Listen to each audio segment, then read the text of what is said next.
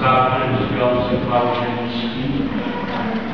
Czy chcecie wytrwać w tym związku zdrowiu kilkoro wiernych i zwyciężonych aż do końca życia? Czy chcecie z miłością przyjąć i po katolicku wychować potomstwo, które was obdarzy? Prośmy Ducha Świętego, aby uświęcił ten związek i dał narzeczonym łaskę wytrwania. Niech ich miłość przez Niego umocniona stanie się znakiem miłości Chrystusa i Kościoła.